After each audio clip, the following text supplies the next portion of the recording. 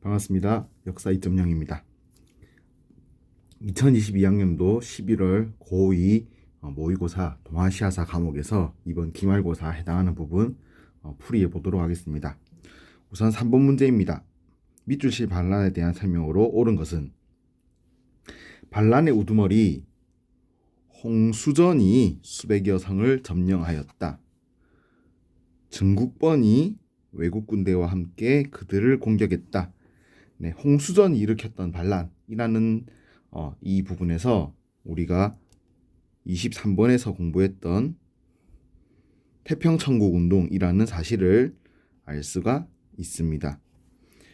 자, 보기 1번 청왕조 타도를 내세웠다. 네, 태평천국운동 청나라를 무너뜨리는 것을 주장했었죠.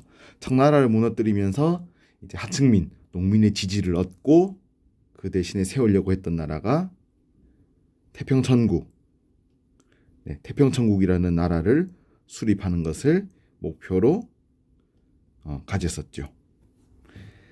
신축조약이 체결되는 계기가 되었다. 네, 24번에서 배웠던 의화단 운동이 서양 세력에 의해서 진압된 이후 신축조약, 다른 말로 베이징 의정서가 체결되었습니다.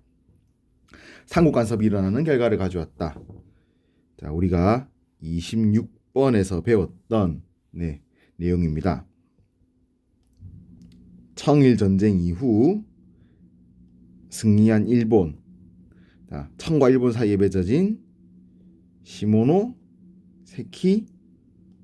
조약. 시모노세키 조약으로 인해서 청나라가 랴오둥반도와 타이완을 일본에게 넘겨줬죠. 그러면서 이 내용이 너무 과하다라고 하여서 러시아, 프랑스, 독일이 삼국 간섭을 실시하면서 일본이 청에게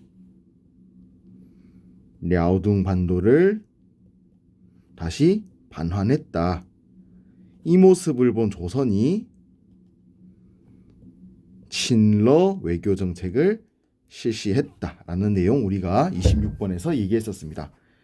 일본의 21개조 요구 철회를 주장했던 것은 우리가 30번에서 배웠던 중국의 오사운동, 일본의 21개조 요구에 대한 내용을 철회를 요구했던 중국의 오사운동.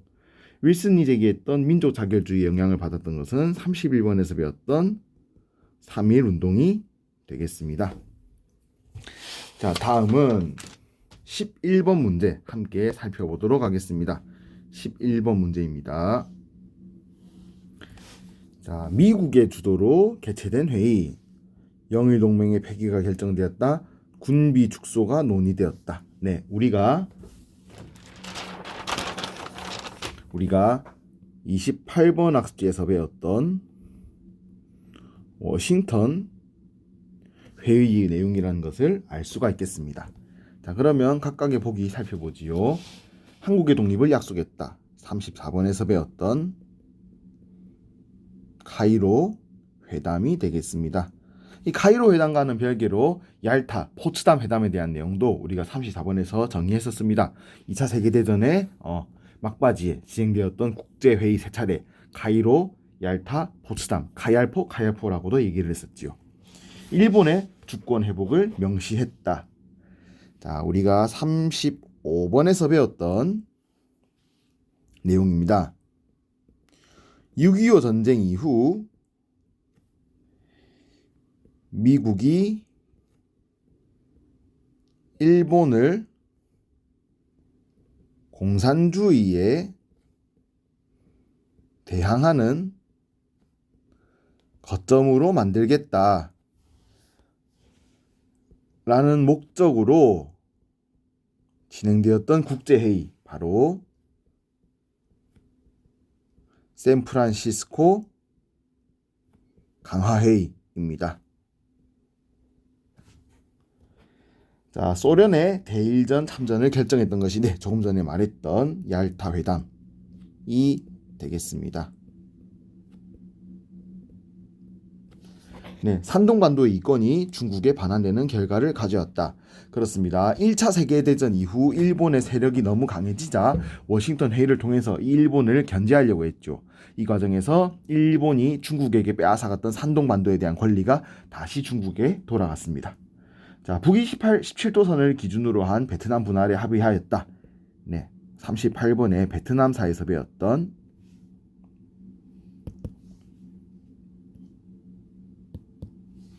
바로 제네바 회담이 바로 그것입니다.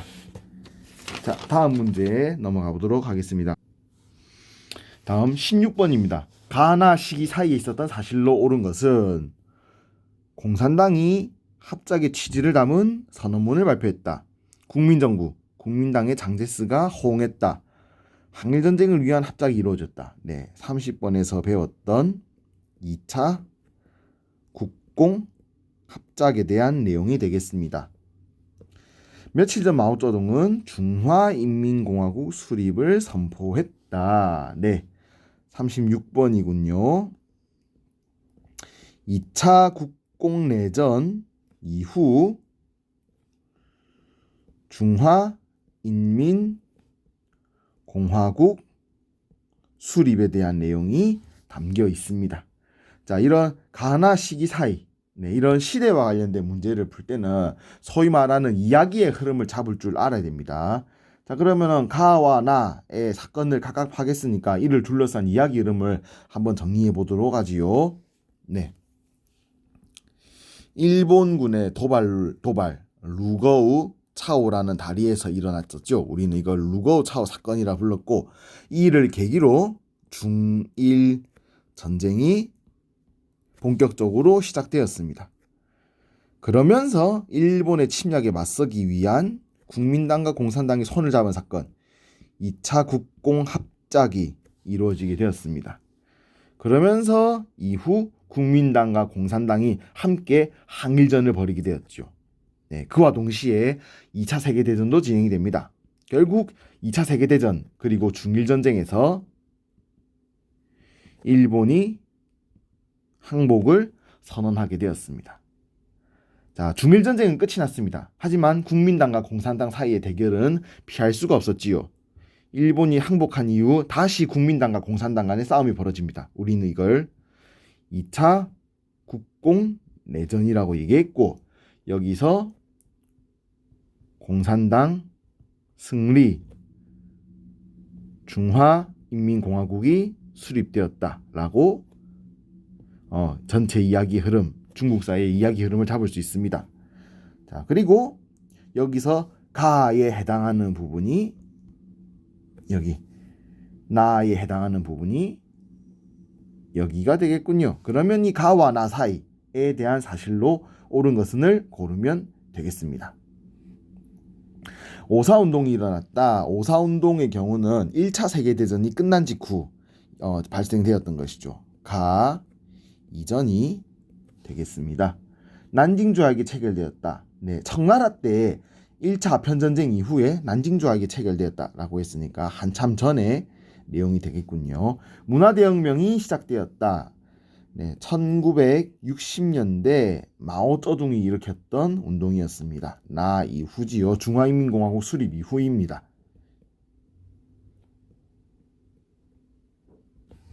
에치스 라인이 발표되었다. 6.25 전쟁의 배경입니다. 나 이후 중화인민공화국이 수립된 이후에 6.25 전쟁이 발생했죠.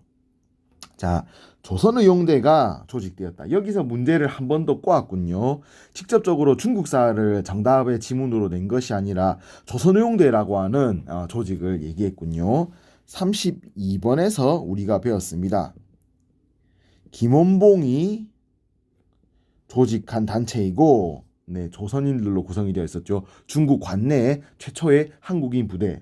네, 이 조선의용대는 중국 국민당과 함께 항일 전쟁을 진행했다라고 얘기했습니다. 자, 그러면 5번에서 설명했던 국민당과 함께 항일 전쟁을 했다. 국민당이 항일 전쟁을 했다. 네, 이 2차 국공합작 이후에 국민당 그리고 공산당이 항일 전쟁을 치렀다라는 부분에 해당하겠습니다. 네, 한 번 더 꼬운 문제가 되겠습니다. 17번으로 가보겠습니다. 이 전쟁에 대한 탐구 활동으로 알맞은 것은 풍도해전, 전쟁 이후 시모노세키 조약 체결. 네, 우리는 이 전쟁이 26번에서 배웠던 청일 전쟁이라고 하는 것을 알 수가 있겠습니다. 시모노세키 조약의 내용을 여러분들이 조금 잘 기억해 둘 필요가 있었지요. 일본이 중국 청나라에게서 랴오둥 반도와 타이완을 할량받았다. 타이완은 이때부터 일본의 식민지가 되었죠. 하지만 랴오둥 반도의 경우는 일본의 세력이 너무 강해지는 것을 걱정했던 서양의 나라들, 러시아, 프랑스, 독일이 소위 말하는 삼국 간섭을 실시했죠. 일본에게 말했습니다. 랴오둥 반도를 청에게 돌려주어라. 그러면서 랴오둥 반도를 일본이 청에게 반환하게 되면서 조선이 이를 보고 칠러 외교 정책을 실시합니다. 그러면서 조선의 칠러 외교 정책을 막기 위해서 일본이 이 외교 정책을 주도했던 명성황후를 시해하는 을미사변을 일으켰다라는 내용이 전체적으로 연결이 될 수 있어야겠습니다. 닉슨 독트린의 내용 34번에서 배웠습니다. 1970년대 데탕트 시대 공산주의와 자유주의가 화해하던 모습입니다. 도이머이 정책의 성과 38번에 베트남사에 나옵니다. 베트남이 자본주의 경제를 수용했던 내용.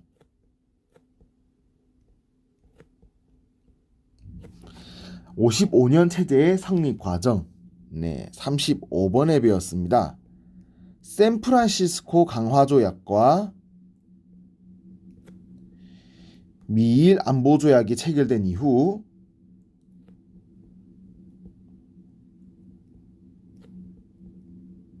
일본 내 정치의 모습을 55년 체제라고 했었죠. 이때 제가 수업 중에 이런 얘기했습니다. 보수가 주도했다, 진보가 견제했다 라고 말입니다. 일본이 타이완을 할량받은 배경, 정답이 여기 있군요. 청이 그리스도교 포교의 자유를 인정한 계기를 살펴본다. 23번에서 했었습니다. 2차 아편전쟁 이후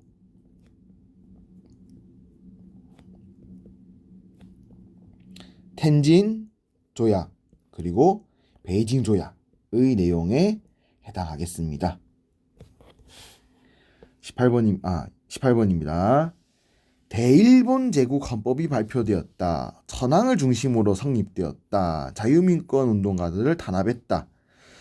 메이지 천황이 이끌었던 메이지 정부의 모습을 알 수 있겠습니다. 메이지 정부 하면 같이 세트로 나오는 것이 메이지 유신, 서양식으로 나라를 바꾸었던 정책들을 메이지 유신이라고 했었죠. 자, 이에 대한 설명으로 옳은 것은 이 되겠습니다. 징병제를 실시했다. 메이지 유신의 대표적인 내용이 되겠군요. 25번 학습지에 있는 메이지 유신의 내용은 잘 챙겨봐야 되겠습니다. 자, 인민공사를 조직했다. 36번이군요.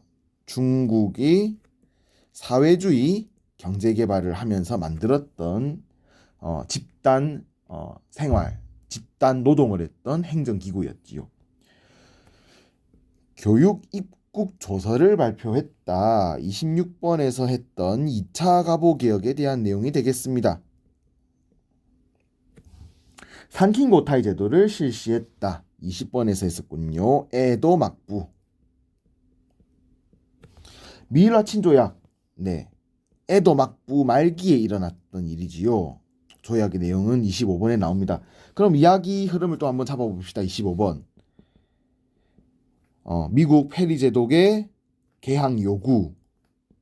결국 미일 화친 조약이 체결. 일본이 문을 열었습니다. 개항을 했습니다. 그리고 미국이 더 많은 자유무역을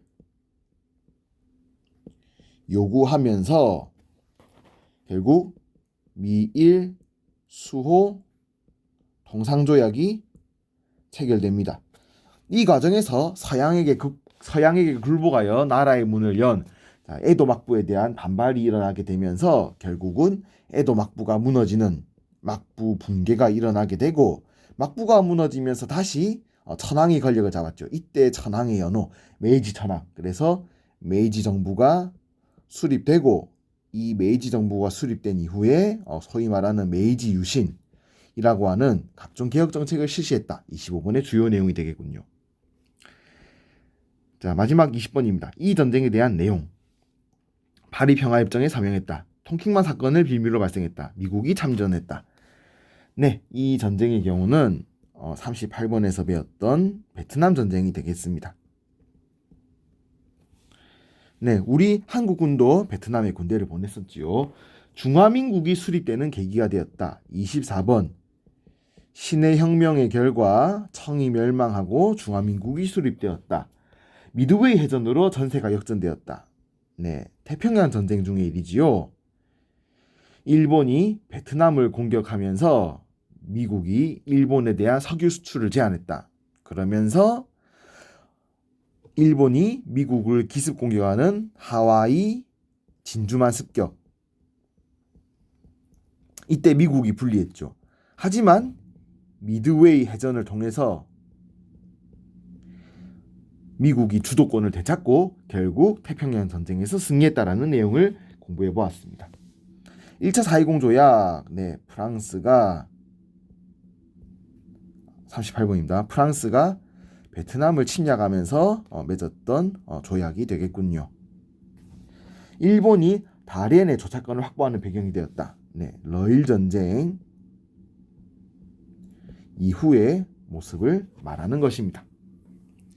자, 여기까지 근현대사 해당하는 부분 우리가 함께 정리해 보았습니다. 내용들 잘 숙지해서 다가오는 시험에서 좋은 결과 얻기를 바랍니다. 마치겠습니다.